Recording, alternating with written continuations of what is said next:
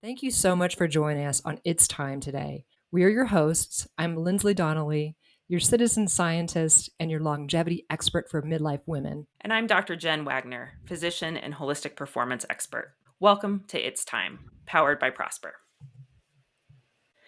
Just a quick reminder, the information discussed in this podcast is for informational and educational purposes only. We are not offering medical advice, nor are we entering into any type of physician or clinician relationship with listeners. Always consult your healthcare provider before beginning any new fitness, nutrition, or lifestyle changes to ensure they're right for you. Your health and safety is our priority, and let's keep it that way. Hey, everybody. Welcome back to It's Time. Linsly and I are so excited today to have Kathy Bochnowski with us. Kathy is, first of all, a dear friend, but why she is with us today is the vitally important work. She is a physical therapist who specializes in pelvic floor physical therapy. And this was an area I didn't even know as a physician that physical therapy worked with. And I have suffered from conditions where this would have been vitally helpful in my own life. And so we're really excited to have Kathy here with us today to share her journey, to educate us about this vital tool and resource that so many women don't know about, and what it is, how to find it, and everything about how to keep our pelvic floors healthy. So thanks for joining us, Kathy. We're so excited to have you here today. Thank you. Nothing makes me happier than being able to talk about, my passion for 20 plus years treating pelvic floor therapy. And what the audience didn't see is how we just spoke a little bit about things in advance and the passion that I saw, like in your face, talking about it, starting to share your story and to align with like-minded women and professionals who really want to advocate for themselves and for other women. I mean, I couldn't be more honored and happy. So thanks. Yeah, absolutely. Yeah, it's time. Well, Kathy, join us. I mean, do you mind just giving us like the kindergarten 101 to the pelvic floor? Because as Jen mentioned, like I did not even realize that it was a thing for me to think about my pelvic floor health. And I'm probably past the point when you would say, ideally, start thinking about it. So if you were to just give the baseline, like what's your pelvic floor and what are the top issues you should be mindful of as a midlife woman? And then also like if you've got young girls, what to tell them too. That would be awesome. Yes. Okay. So I believe that we lack education just for the general public on what are the normal functions? What's the optimal function of our pelvic floor? Like this should be included in health class. Like, well, what is normal urination? What is normal pooping? Should you have pain? What should menstrual cycles feel like? And we don't even start with what normal is. So I really like to teach that. I believe that education is the most important thing that I can do for my clients when they come in is just teach them. And, anywhere from the teens all the way up to women in their 80s, unfortunately, hardly anybody's learned, what is optimal function of this part of our body. But in the heart of it all, as you said, the kindergarten version of it is the pelvic floor is what's at the bottom of our spine, the pelvic bowl. It's a system of muscles and tendons and ligaments that are there to provide stability for the pelvis. So that helps with holding our organs up in place. And it also helps to close off openings so that you don't leak when you don't want to. But it also needs to relax so that you're not always in pain or always walking around with a lot of tension. But as a physical therapist, I like to view it as no different or not too different than the other parts of our body. Our biceps and our quadriceps. These are all muscles that we have voluntary control over. And there's a lot of taboo around the pelvic floor. And I wish we could just kind of get down to the bottom and be like, it's a system just like any other system, but it's the most important part of our core musculature. And so everybody needs to have some connection to it so that you can relax and that you can contract. So it's your muscles, but it's also these organs, your bladder, uterus, when we're talking female anatomy, and then the rectum. Yeah. So there's kidney and liver in that or no? So I'm just like literally like, I don't even know what is in my pelvic. Yeah. So I would say that those are more going to be up in your abdominal cavity, so up higher, but the entire system is connected from the openings in your throat all the way down to the openings of your pelvic floor. And there is a system that kind of works together when you inhale and exhale. And this is why, have you guys ever heard the joke, like I laughed so hard that tears ran down my leg? Like, if you think about that, how is it possible that you can laugh and yet that impacts your pelvic floor and, potential leaking? And that's because it is all connected. So really the organs of the pelvic floor are going to be your bladder, vaginal canal with the uterus at the top, and then the Yeah. rectum in the Okay. back. Yeah. Thank you. So, would you think, I feel like as young girls, we go to use the bathroom and it's like, don't sit down on the seat, don't touch anything. And so we learn to like use the bathroom in a not natural, relaxed stage, like tensing our bodies. And I feel like that carries over. Do you think we kind of start really early learning some, I don't want to say bad, but not optimal, maybe is the better term, Yeah. conditions so we don't relax correctly. We don't do that. And then we move through life and go through all of these stages. I'll stop there before I get to my other questions. But Yeah. how much of this Absolutely. dysfunction starts really early when we're just taught almost from society, don't sit down, don't do this, don't do that. And we try to urinate and use the bathroom in all of these weird positions to not touch anything. It's so true. It's not funny, but it is. I mean, you have to inject like your potty humor Yeah. all day long. I inject that, but it can be true. So, I mean, I see cases where women are suffering with a condition called overactive bladder. This is peeing frequently, having strong urges. And oftentimes when we dig back through their history, come to find out their mom was like, you got to go pee before we get in the car and drive. You have to go pee right now, or don't sit on the toilet. And so they are bad habits, that they started to form at a young age. But to speak to that, like, what is normal urination? Let's just talk about it. Like, you should be peeing during the day once every 3-ish hours. There's variables for that. If you get an urge to go, you should be able to walk calmly to the bathroom, sit down, let your pelvic floor relax, let your bladder do its primary job, which is to squeeze and empty. You should not push your pee out. The stream of your urine should be about 8 seconds. Otherwise, you probably didn't really have a full bladder. There's a lot of capacity in that bladder. And then at nighttime, you should not be waking up more than once. Once a night is considered medically acceptable, but I'm always shooting for medically optimal, for people. So, I mean, that's kind of the gist of urination. Well, I mean, the overactive bladder is one thing, but I feel like, especially once you have kids, I mean, you never stop to pee. Like you're just like holding it, like, because you got a meeting or you got to do this or that. And it's like the other side of it, you have gotten so full that you're like, do I actually get enough out of my system? Because I'm just like, I don't get to stop to pee. Right. And a lot of women don't stop to drink. Like, have a drink of water, especially those of us that are always talking to people or, taking care of our patients. It's like, why in healthcare are we neglecting our own selves? It's okay to take a sip of water while you're talking to somebody, but yeah. So foundationally, I think that there's, it's a great time to really start talking to our kids, boys and girls, is, around the ages of puberty, even, especially for girls, and the changes that they're going to go through, and just having conversations of like, hey, what's normal? And along these same lines, we're talking bladder, but there's so much bowel dysfunction and constipation. And as a practitioner over the years, I would find that so many of my adult female clients, come to find out, had been struggling with constipation their whole life. Yeah. They never even could come up with the time that they weren't. And that's what about 5-6 years ago really inspired me to go back chronologically and start incorporating pediatric bladder and bowel care into my practice to try to see what we could do at a young age to correct this. But I find I'm so fortunate I get to work with so many moms that are pregnant and early postpartum. They're changing diapers all day long. And I'm like, hey, pay attention to you guys maybe, I bet Jen has heard of the Bristol stool chart, but, pay attention. What is the consistency of their stool? Your baby, your toddler could be showing you that they're, through this, that they're having some issues. And if you catch it early, there's a lot of stuff we can correct so that it doesn't become, a huge. And I think, we all have teenage daughters. And I think just normalizing this conversation is even important, just like starting to introduce these terms, and that, my kids come home and God forbid they have to use a bathroom at school. Right. Right.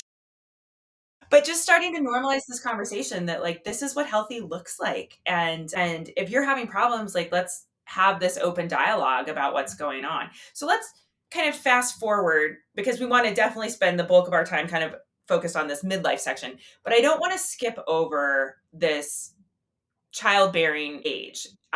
Because I know personally, and I'm happy to tell this story, like that's when I started having problems in this area. And pelvic physical therapy was never offered to me. Hurt my knee, hurt my ankle. That's the first thing offered. But trying to recover from having an 8+ pound baby come out of my body with multiple muscular tears, etc.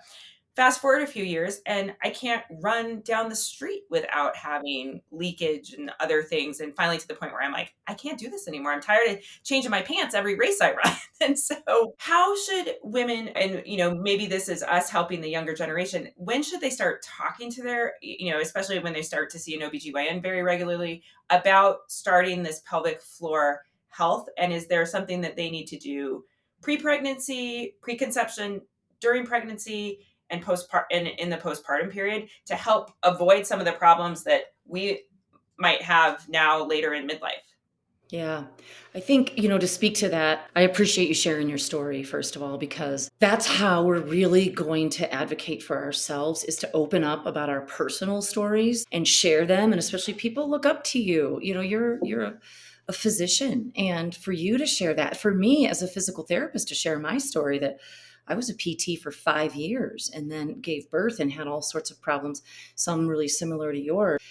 People look at us like we're really healthy as we are, but we face these problems. And by sharing our stories, that really empowers other women, those that might not have the background or the knowledge to really like advocate for themselves. So I really think that's the number one thing, is on a grassroots level, like just being open about what happened. Don't hold shame to our issues. And unfortunately, yeah, we don't advocate. The medical system in the United States doesn't really automatically support women. And before I even go down that rabbit hole, I just would like to say it is never too late to get started. I have several clients right now in their 80s. They're fired up. They're kind of like, how come nobody ever talked to me about this 10, 20, 40 years ago? But they're still making improvements, and they're still, building strength and regaining control of their pelvic floor. So it's never too late. So don't feel like you missed the boat. But that said, I started off in ortho and sports. And so I had this great foundation of protocols that we have in the United States. So you tear your ACL, you dislocate your shoulder. Orthopedic doctors are trained very well to utilize physical therapists to help them get better outcomes for their patients. I loved it. Right. And then, almost 21 years ago, my life changed when I gave birth. And I was all of a sudden like, whoa, my life, a lot of the things that you just described, Jen, were starting to happen to me. And I wasn't going to sit still for it. I really wanted to get help. I didn't want to be peeing my pants anymore. And I wanted to remain really athletic. And so what I've learned is that we need to really keep advocating for the OB-GYN model of care to adopt an orthopedic model of care. So when should it all start? Yeah, a great time is during pregnancy. Man, if I could get a woman in my clinic when she's pregnant and find baseline things of, how her pelvic floor functions, can she relax so she can labor and give birth and have less perineal tearing, right? Set her up for a faster, more complete postpartum recovery. That's my win-win situation. But if I can also get her early postpartum, maybe in that, what I call the fourth trimester, or the first 12 weeks postpartum, or at least the first 6 months, year, so much what I'm focusing on is prevention.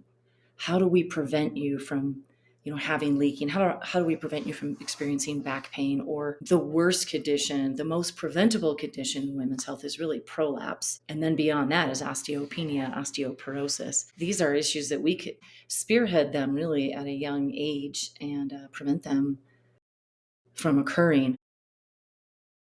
So if you're at midlife right now, let's say, similarly, not running marathons, but like whenever I'm dancing, if I'm out having a great night dancing, jumping around, always reminded that I've had babies, because I will start to pee right there. And I don't know what you're supposed to do at this point now to try to rehabilitate. So if you're in midlife and you're like, it's not so terrible that I have to change my pants when I'm doing a marathon, but I'm always aware that I have had children. I'm just, this is a Yeah. little extra, more sure to that. What should we kind of guide people to think about that's either like you use the bicep analogy, like strengthening your muscles. Like what are things that people should just do in their day-to-day life to kind of build the pelvic floor? Yeah.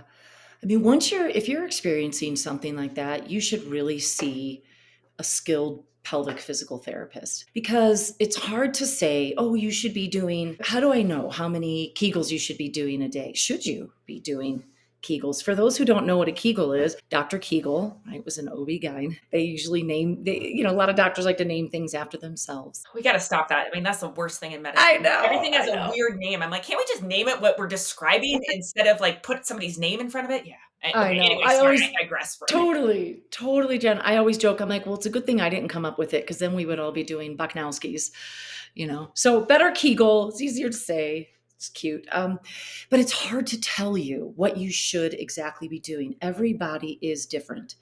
I use a tool called biofeedback. That is, and I use it externally, meaning I use these electrodes that are designed to go on the outside of the body, but on the perineum, or, to read the muscles of the pelvic floor. And it helps us know, can you relax? Can you contract? Can you contract those muscles at the right time with good power and endurance? And it gives you a lot of freedom to move around. And I have people practice coughing, clearing their throat, jumping, lifting heavy weights. I mean, I'm a physical therapist. So I want to make you do all the functional things that usually would create, leaking in your case, Linsly, like, so that you really get exactly what your body should be doing. And then I can tell you should be doing X number of Kegels in this position, holding for this long. So it's really more prescriptive exercise versus just generic. So I would say you need to come and visit me. Or another pelvic PT, but I would be honored if you want to see me. Listeners can come and do that. Is there any other symptoms other than leaking, where you're like, if these things are happening, your next step is to connect with a physical therapist, a pelvic floor specialist? Yeah, and do it right away. Leaking is sometimes just the tip of the iceberg. It's just, like I say, if you can't run, sneeze, jump without leaking, you're also probably not having the strength of the pelvic floor to hold your organs up in place. If you're not holding your organs up, your bladder, your uterus, or your bowel, or any combination of, then you could start to develop a condition called prolapse. And symptoms of prolapse, this is when your organs, any one of them or combination of, starting to descend downward, kind of putting pressure down into the vaginal canal. Some symptoms of this could be like you have difficulty keeping a tampon in when you're in your menstruating years. You feel a heaviness or a bulge. Women will tell me sometimes it's like a golf ball, feels like there's something in them. And then there's a condition where, because prolapse has lots of different grades, but it could be so severe that your organs are actually starting to push outside of you. And this is pretty hard to miss, because it's, now it's pushing out through the opening of your vagina. And, that's a tough grade. But so here's the thing. If you learn, there are conditions, or there are symptoms that are not modifiable in our bodies, right? Gravity.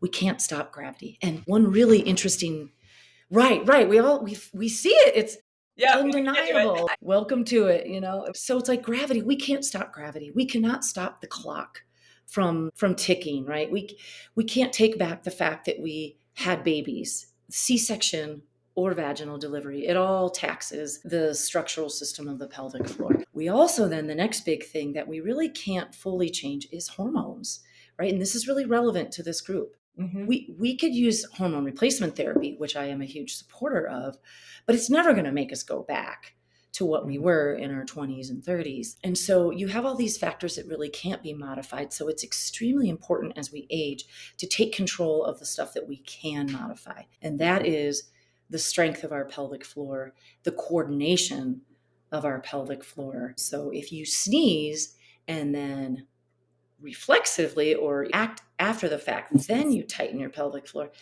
it's too late. The organs have already dropped a little bit. Maybe a little bit of urine got into the urethra. Once it's in the urethra, there's nothing that's going to hold it in. Your next movement, breath, you're going to leak. And so we really need to focus on what we can control, which is, how do you use your pelvic floor optimally? And a lot of women, what I find, will avoid running.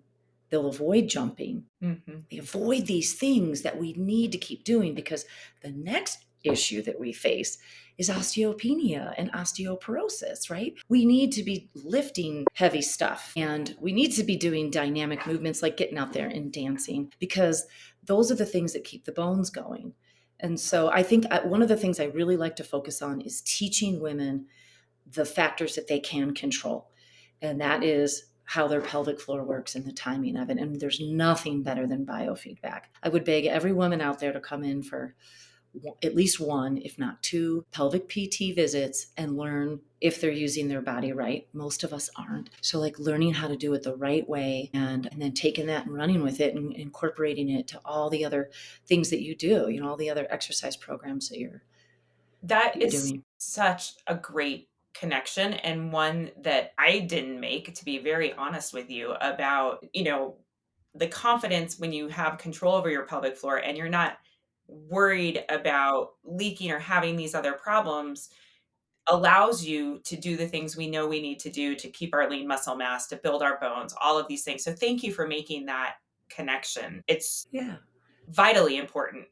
I look back on my own life, like I stopped doing things because I knew what was going to happen. And so instead of taking ownership and control over what was going to happen, I just stopped. I stopped jumping. I stopped doing some sports that I knew were associated with the fear of leaking, maybe not lifting as heavy weights, and so I think that's such a great connection. So thank you for connecting those dots. So how do people find a Kathy in their community? Like, I wouldn't know where to start to look for a pelvic floor specialist if we didn't know you. So how can people start to get this assessment so they've got their baseline, maybe their specific protocol to keep building strength? Yeah, I honestly, I think the best way is go to like a social media platform. And if you're willing to put your story out there and just be like, hey, who has seen a pelvic physical therapist in the area? And, who do you guys recommend? Because women who are willing to, you'd be surprised. You'll probably in an hour get 25 responses, because it's kind of a snowball effect. And a lot of women are realizing like, oh my gosh, this changed my life. This gave me a confidence that I didn't think I could ever get back. And so there's so many women out there who will be willing to share it. I wish I could tell you that you could ask your doctor, but it falls on deaf ears. I've been practicing physical therapy in Park City for 23 years, and 20 of those years have been dedicated to pelvic floor health. And my number one referrals are still word of mouth and women talking to women. But then I think it's important to you want to make sure you should know that what makes a physical therapist a pelvic PT, right? So we have to have a license to call ourselves a physical therapist. You have to have graduated and be licensed. But to call yourself a pelvic therapist, there's really no governing body. You could just say you're a pelvic therapist because you went and took a 40-hour weekend course. You see, it is good to call a clinic if you don't know of anybody and say, hey, this is my specific problem. Has Kathy worked with this before? Or is Kathy confident? And it's still not, there's a joke, right? Like, what do you call the doctor or the physical therapist, that graduated last in their class? What's the name for that? It's doctor. So you want to make sure you're getting somebody who's keeping up with things and really passionate about it and has treated your specific condition. I think that's an important thing. How does this play into sexual health as we age? I think that's something, again, kind of a taboo topic in a lot of circles, and especially in midlife as hormones are changing and tissues are changing. How does pelvic floor health contribute to that? What's that connection? Yeah.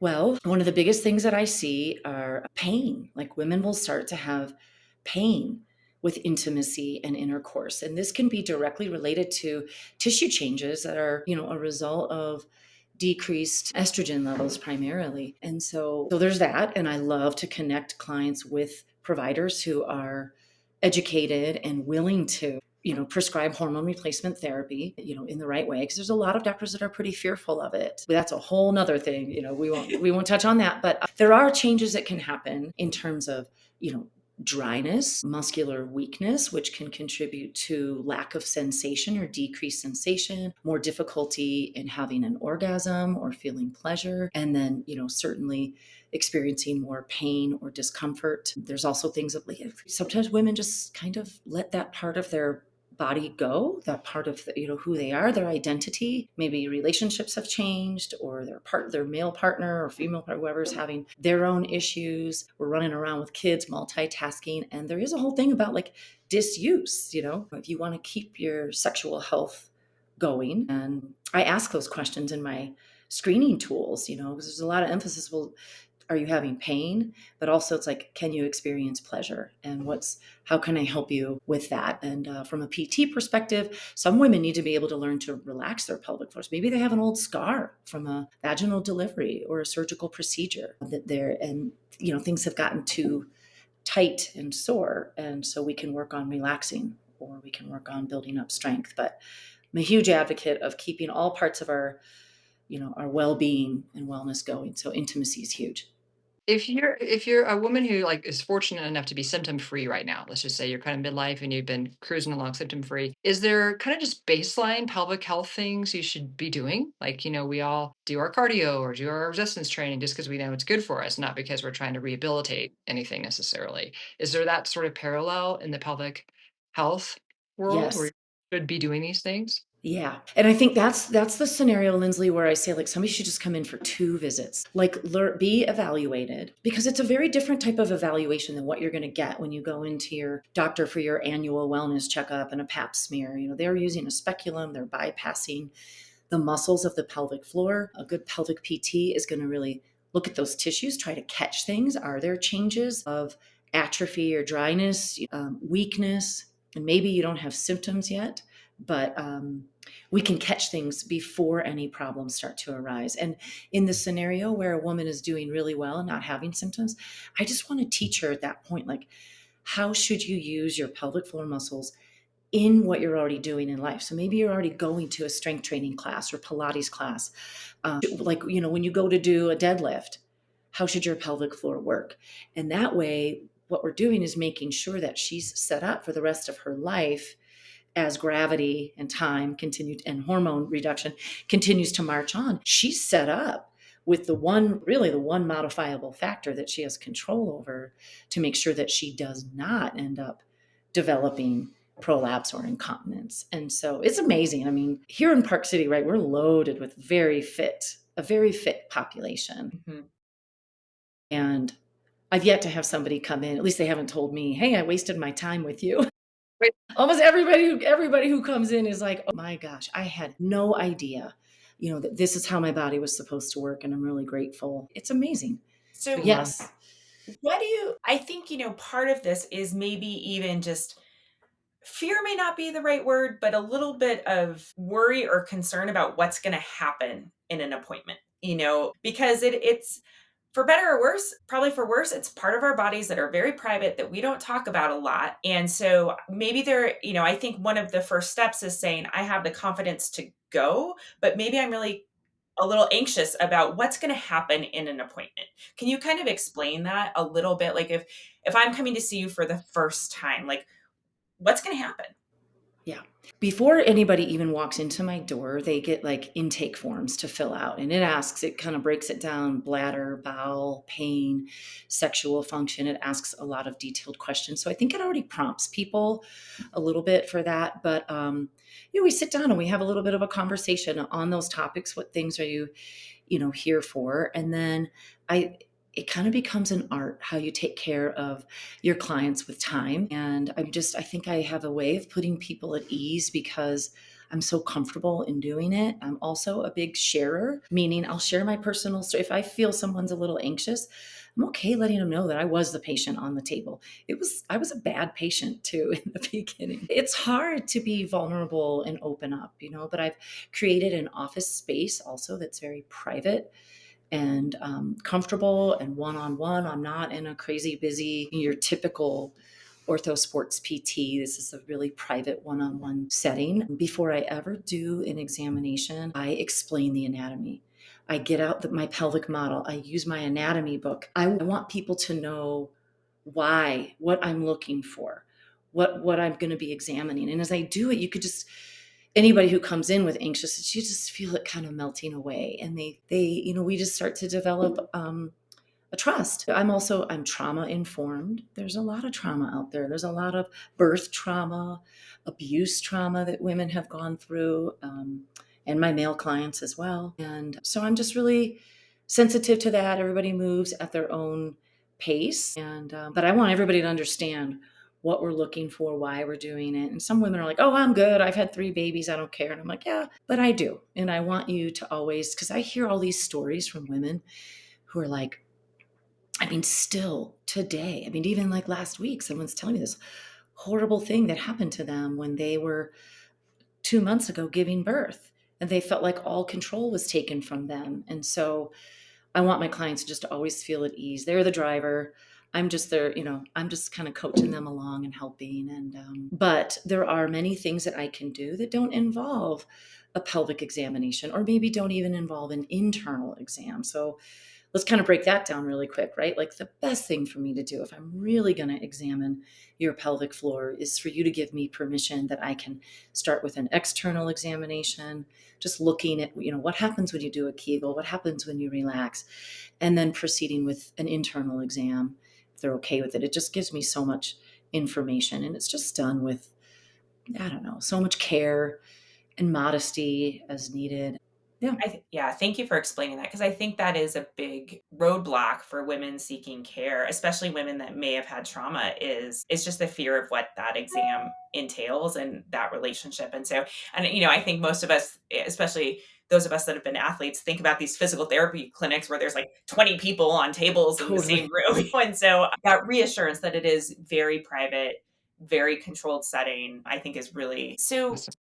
If you had to pick 3 ways that we could help get the word out there, I'm sitting here thinking, like, every pediatrician should know this and be talking to these new moms when they see these new parents and their new children so frequently in the beginning. Like, Mom, are you getting your pelvic PT? I feel like there are so many ways to start to introduce this. And I know, I was offered a surgical procedure and never offered physical therapy first, which is totally opposite of if I had a non-operative orthopedic injury. Even if it was operative, sometimes you're offered physical therapy first to see if you can get better before going to surgery. That was never, ever a suggestion.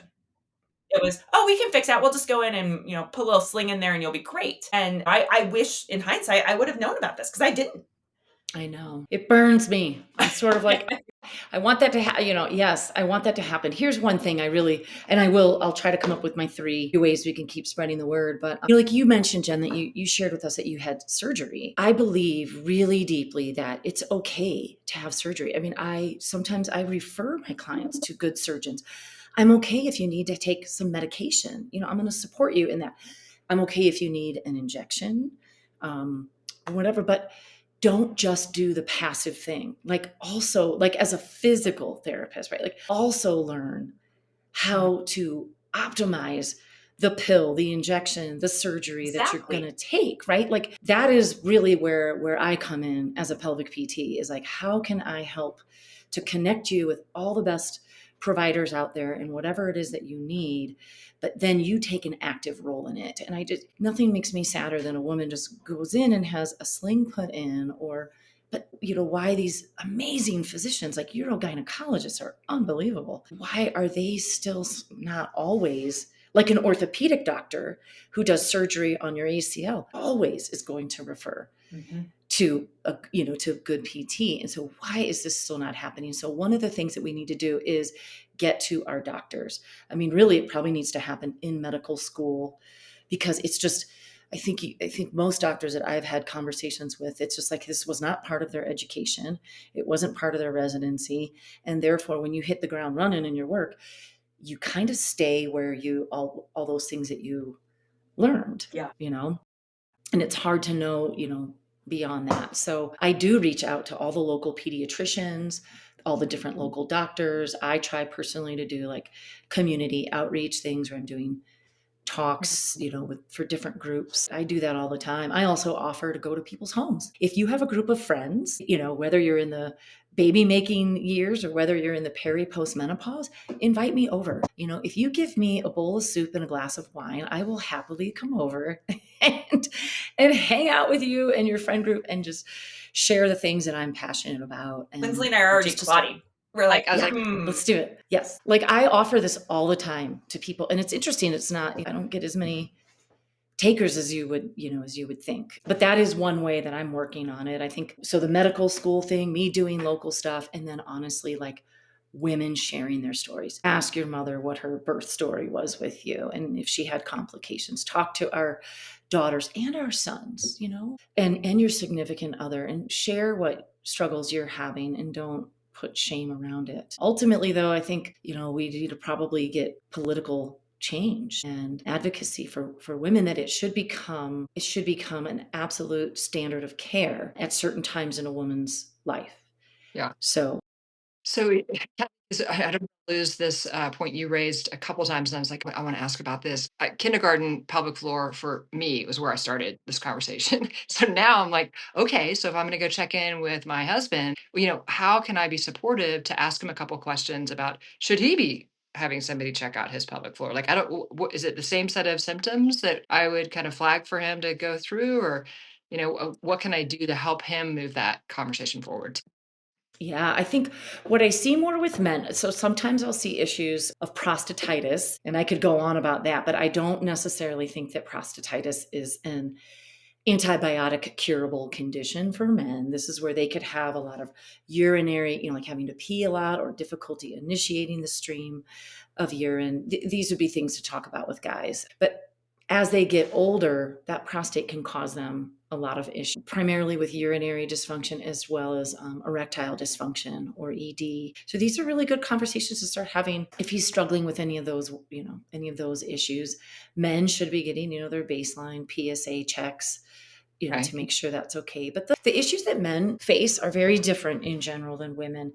They have a very narrow pelvic outlet. They only have 2 openings versus ours. They don't birth babies, and they don't have the hormone, roller coaster that we go through. So maybe pelvic pain, maybe some urinary incontinence, but a lot of that is related around their prostate issues. So it's different. Women get prolapse, where our organs start to drop downward into our pelvic bowl and outward toward the vagina. Men actually, with improper management of their pressure system, develop hernias. So if you have a guy who has a hernia, see their pelvic, the pressure is going to go to the weakest link. Mm-hmm. Men don't have weak pelvic floors in general. They're very tight and narrow. They don't have an open pelvis for birthing like we do, but they do have a weaker inguinal canal. Their groin region is inherently weaker for some of their structural, stuff that they have, and their abdominal wall. So you could picture guys like lifting stuff and straining. And so for a woman, that's going to go downward. For a man, it's usually going to go outward and forward. So if you have a guy, I really believe this is another thing that men, prior to having hernia repairs and certainly post hernia repair, should be coming to see a good pelvic PT to help them learn how to change that. Because if you don't learn the pattern or how to correct the modifiable conditions that contributed to your problem, eventually it's just going to come back. Yeah. And that's the case with bladder slings for women and hernia mesh for men. Got to learn how to improve the problem. That's so interesting. So we only have a few minutes left. So Kathy, where can our local community find you? And then my second follow-up to that is there, we talk a lot about what used to be the North American Menopause Society, and to go there to find practitioners. Is there kind of a repository of physical therapists, or a association of physical therapists, where consumers can kind of search in their local areas to see who's at least identified themselves as a pelvic PT if they're not getting the resources through social media? Is there a resource that we can put in our show notes and on our website for people to be able to go and do their own research about finding people in their communities? Yeah. Okay, so the first part of your question was, how do you find me? How do we find you? Okay, so I have an office in Park City. It's located in Bear Hollow, and I have a website. It's www.happybodyphysicaltherapy.com. Okay. So that's the easiest way to find me. There's information on there. It's super easy to book an appointment. There's a phone number. You can text, call. Yeah. And I'm an open book. I'm really available. So if anybody out there listening wants to talk to me, pick my brain, make an appointment, that's really easy to do. Okay. So then the next question is like, what is the broader search area? So for a while I served on the board of the Utah physical therapists, like pelvic floor specialists. And we created a list. And that list has been given to, all the local statewide Utah providers. But that list actually, Jen, it's kind of interesting, is not really available to the public. And we have like a Facebook group, but it's just for our practitioners. It's not, locally available that I'm aware of, unless the new board changed that in some way. So a lot of it is like you have to go to your doctor and ask for that. Other than that, you're just kind of word of mouth and doing Google searches. Yeah, maybe I should put that on my project list of something I can do to get, because there's a lot of great pelvic PTs. Yeah, we're here to support. And Kathy, can you treat, like if some of our listeners are like, hey, I got a group of women and we'll get some soup and wine ready for you. Can you also travel if people could bring you to their community? Yeah, absolutely. Yeah, I've done some really fun traveling. I went to a ranch up in Idaho. That was so cool. Nice. All women. I've been to another ranch. I don't know what it is with ranches, but I went to a ranch out in Santa Barbara. Lovely. And there were like 30 women, and I was one of the speakers. I know, right? So that would actually be a really fun thing. Yeah, so I would absolutely, travel. Good. Awesome. Well, thank you for taking the time to join us. Thank you for all of these super, super valuable insights. This is such an important topic, and I think relevant to all of us, and something we just don't talk about. I think there's not a lot of awareness about it, and we need to change that. So thank you for taking time out of your day to talk with us about that. Please check out our website, Prosper. We're going to link to Kathy's website and all the information that's available there. And we're going to make sure that she joins our community, Prosper Together, and we have some really deep dive information on pelvic floor health for you guys in our community. So Kathy, thank you so much for your time today. And thanks for joining us, everybody, on It's Time. Thank you. I love that we have the same passions we share. Thank you so much, both of you. Yay. Thank you so much for spending your time with us here today. If you liked what you heard and you got some tips on how to live better right now and for the long haul, please help us reach more midlife women. Please share and rate and like this show. And we can't wait to continue the dialogue with you on our next episode. Until then, thank you. It's time.